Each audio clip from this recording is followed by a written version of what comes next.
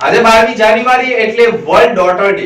જો શાળામાં કેવા કેવા કાર્યક્રમો યોજાયા હતા.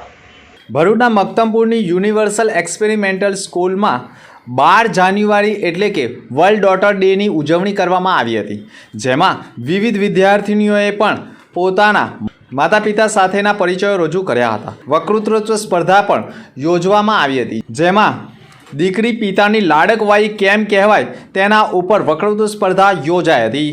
ઉપકાર કર્યો છે. ઈશ્વરે દીકરીને ઘડીને માતા પિતા પર ઉપકાર કર્યો છે.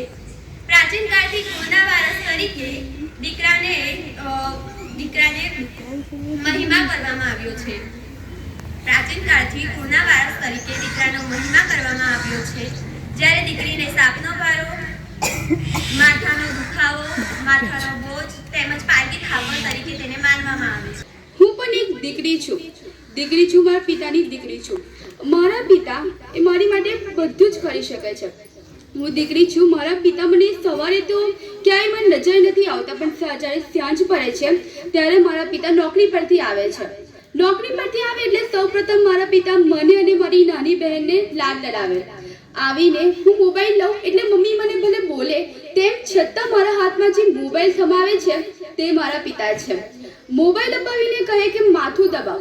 માથું દબાવું એટલે મને ખબર પડે કે જ્યારે એક દીકરીના ખોળામાં પિતાનું માથું હોય છે ને, ત્યારે પિતા આખા દિવસમાં કેટલા થાકેલા હોય છે તે એક દીકરીનો અનુભવ થાય છે.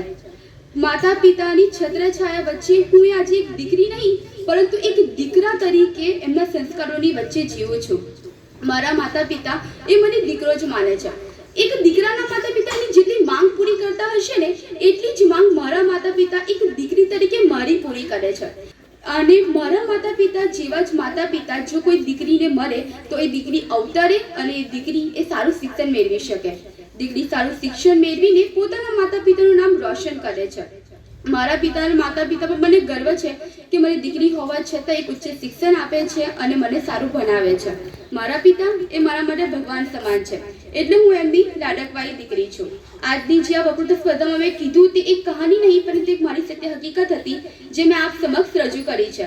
એક દીકરી કહે છે, મને એ પિતા કરતાં સાંજ વધારે ગમે છે. મને એ પિતા કરતાં સાંજ વધારે ગમે છે, કારણ કે પિતા તો ફક્ત રમકડા લાવે છે. પિતા ફક્ત રમકડા લાવે છે, પરંતુ એ સાંજ તો મારા પિતાને લઈને આવે છે. એક દીકરી એના લાડક વાયાથી બાળને પાછળ છુપાઈને પિતાને બીવડાવશે. એની માતા જ્યારે દીકરી ઘરમાં આવે છે ત્યારે એ માતાને પૂછે છે કે તું ક્યાં છે, પણ એ માતાની સાથે સાથે એ પિતાને પણ તે યાદ અપાવે છે. પેન્સિલ લઈને લીટા દોર્યા કરશે, પણ જ્યારે પિતા કહે ત્યારે તેને ચિત્રો દોરીને બતાવશે. એ નિશાળે નથી જતી, પરંતુ પિતાને તે કેટલા પાઠ બનાવી જાય છે. એ ઢીંગલી વહાલ સોઈ હોય છે જે રાત દિવસ બધાને સતાયા કરે છે. Thank you.